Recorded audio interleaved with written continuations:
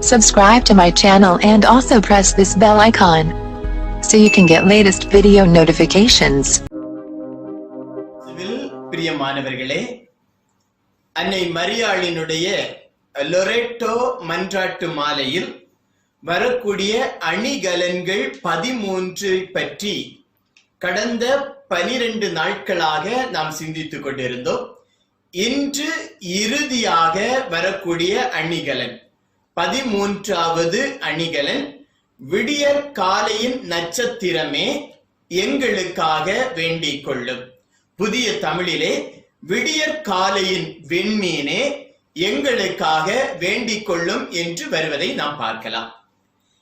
ஏன் அன்னை மரியாளை விடியற் காலையின் விண்மீன் என்று அழைக்கிறோம் என்று பார்க்கின்ற பொழுது விவிலியத்திலிருந்து ஒரு சில வார்த்தைகளை நான் உங்களோடு பகிர்ந்து கொள்ள விரும்புகிறேன். சாலமோன் ஞானம் 7ஆம் அதிகாரம் 26வது வசனம் சொல்லுகிறது, ஞானம் என்றும் உள்ள ஒளியின் சுடர், கடவுளது செயல்திறனின் கரைபடியா கண்ணாடி. ஞானம் என்பது என்றும் உள்ள ஒளியின் சுடர். ஒளியாக இருப்பது கடவுள், அந்த ஒளியினுடைய சுடராக இருப்பது அன்னை மரியாள். நமக்கு தெரியும், கதிரவன் ஒளியாக இருக்கிறான்.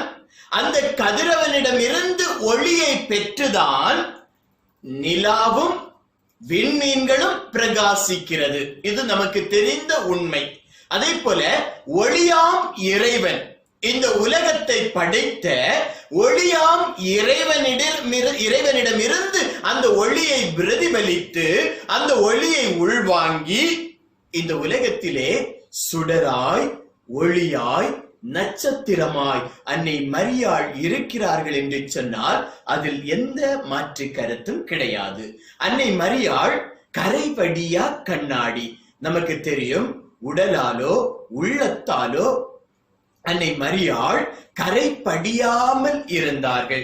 கரை படியாமல் இருந்த அந்த அன்னை மரியா கரைபடியா கண்ணாடியாக மாறிய அன்னை மரியா, ஞானத்தின் இருப்பிடமாக மாறிய அன்னை மரியா அந்த ஒளியின் சுடராய், விண்மீனாய் இந்த உலகத்திலே பிரகாசித்துக் கொண்டிருக்கிறார்கள். ஆகவேதான் யோபு 28ஆம் அதிகாரம் 24வது வசனம் சொல்லுகிறது, ஒளி தோன்றும் இடத்திற்கு பாதை எது? ஒளி தோன்றும் இடத்திற்கு பாதை எது? நமக்கு தெரியும், நானே உலகின் ஒளி என்று என் ஆண்டவர் இயேசு சொன்னார். இயேசு இந்த உலகத்தில் ஒளியாக இருந்தார். ஒளியாக இருந்து அந்த ஒளியை பெற்றுக் கொடுப்பவராக இருந்தார். இந்த ஒளி தோன்றும் இடத்திற்கு பாதை எது என்று பார்த்தோமேயானால் அந்த பாதையாக அன்னை மரியாள் இருக்கிறார்கள். அந்த ஒளியை பெற்று அந்த ஒளியை பிரதிபலிக்கிறார்கள். அந்த ஒளியை பெற்று அந்த ஒளியாய் மாறினார்கள் அன்னை மரியாள். ஆகவேதான் விண்மீனாக என் அன்னை ஜொலித்தார்கள். விவிலியம் சொல்லுகிறது, திருவெளிபாடு 12ஆம் அதிகாரம் 1வது வசனம் சொல்லுகிறது, 12 விண்மீன்களை தலையில் சூடியிருந்தாள்.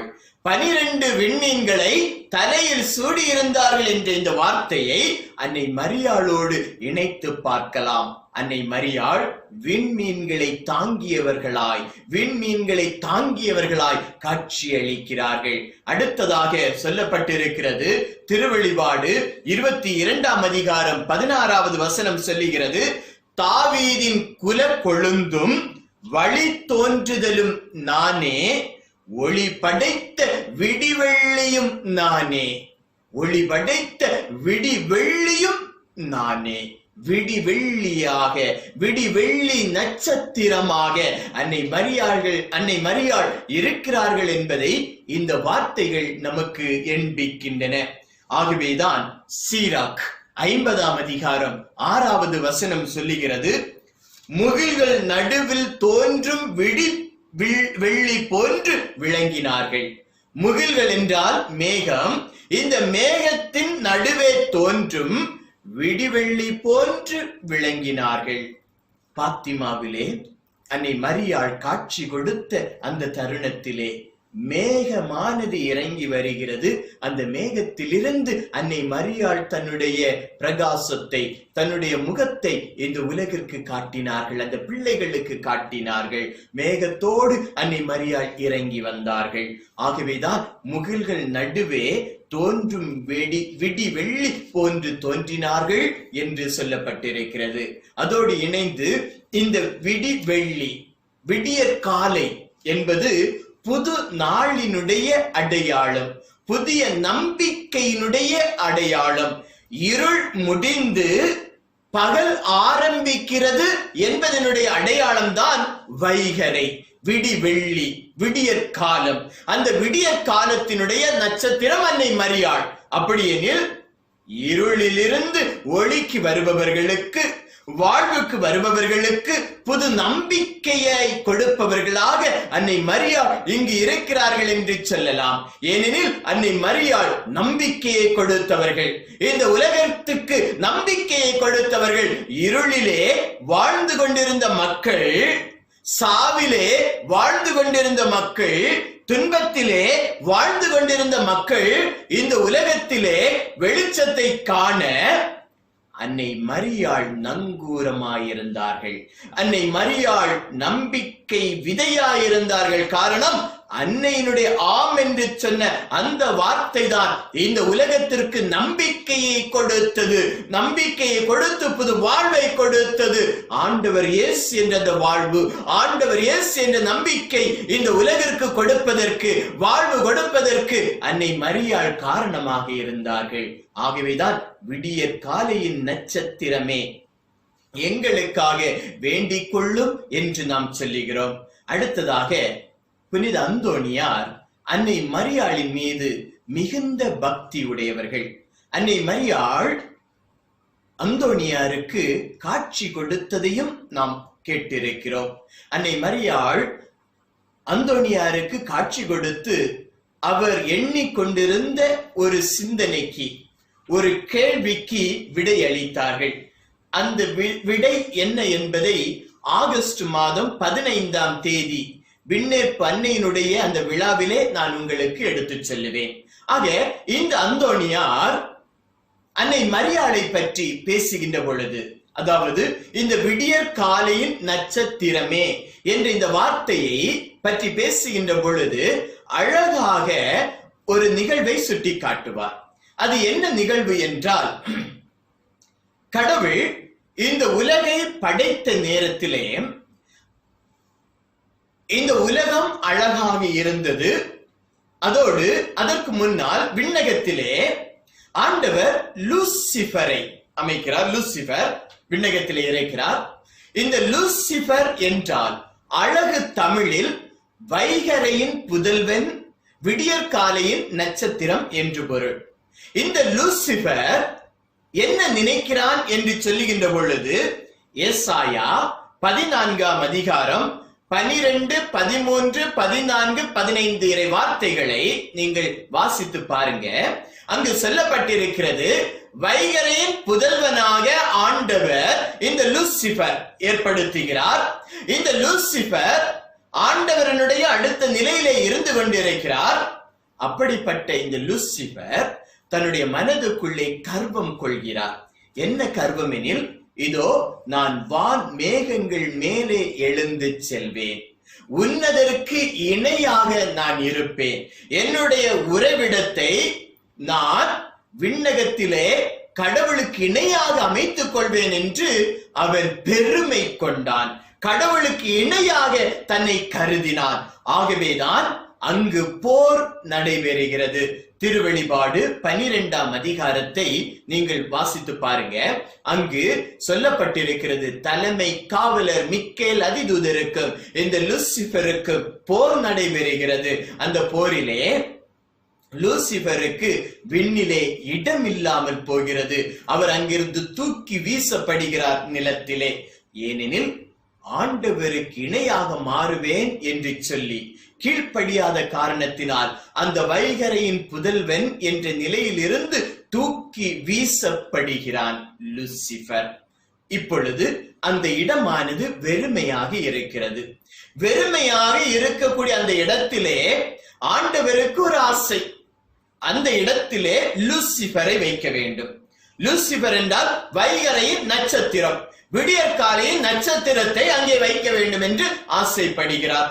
ஆகவேதான் யோபு 38ஆம் அதிகாரம் 32வது வசனம் சொல்லுகிறது, குறித்த காலத்தில் விடிவெள்ளியை கொணர்வாயோ, குறித்த காலத்தில் விடிவெள்ளியை கொணர்வாயோ என்ற இந்த இறைவார்த்தை அன்னை மரியாளோடு ஒப்பிட்டு பார்த்து அந்தோணியார் சொல்லுகிறார், ஆம் என்று அன்னை மரியாள் சொன்ன அந்த வார்த்தைக்கிணங்க அன்னை மரியாள் ஆம் என்று சொல்லி தன்னை முழுமையாக ஆண்டவரிடம் கையளித்து கீழ்ப்படிந்த காரணத்தினால் ஆண்டவர் அன்னை மரியாளை அழகாக உயர்த்தி அவர்களை விண்ணிலே விடியற்காலையின் நட்சத்திரமாக, வைகரையின் புதல்வியாக, லூசிபராக அந்த இடத்திலே வைத்து அழகு பார்க்கிறார் ஆண்டவர். ஆகவேதான் அந்தோணியார் மிக அழகாக சொல்லுவார், முதல் லூசிபர் அதாவது வைகரையின் புதல்வன் தூக்கி வீசப்பட்டார், காரணம் கர்வம்.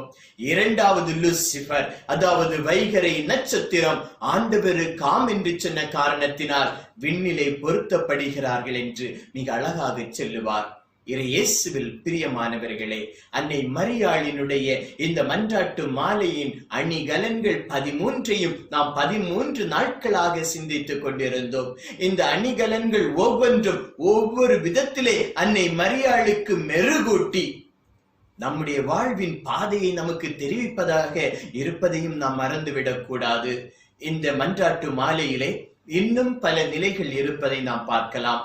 நான் எழுதிய மறை பொருளின் ரோஜா மலரே என்ற அந்த புத்தகத்திலே அன்னையினுடைய மன்றாட்டு மாலையின் அனைத்து நிகழ்வுகளையும் நான் எழுதி வைத்திருக்கிறேன். இந்த புத்தகத்தை வாங்கி படிக்கும் பொழுது உங்களுக்கு இன்னும் அதிகமான அந்த சிந்தனைகள் அதிலிருந்து கிடைக்கும். ஒரு நிமிடம் ஜெபிப்போமா? இரக்கம் நிறைந்த ஆண்டவரே, விடிவெள்ளியின் நட்சத்திரமாக, விடியற் காலையின் நட்சத்திரமாக அன்னை மரியாளை நீர் எங்களுக்கு கொடுத்தீரே. இந்த விடியற் காலையின் நட்சத்திரம் புது வாழ்வையும் புது நம்பிக்கையையும் இந்த உலகிற்கு கொடுப்பது போல அன்னை மரியாள் இந்த உலகிற்கு புது நம்பிக்கையும் புது வாழ்வையும் பெற்று தந்தார்கள் இயேசு வாயிலாக.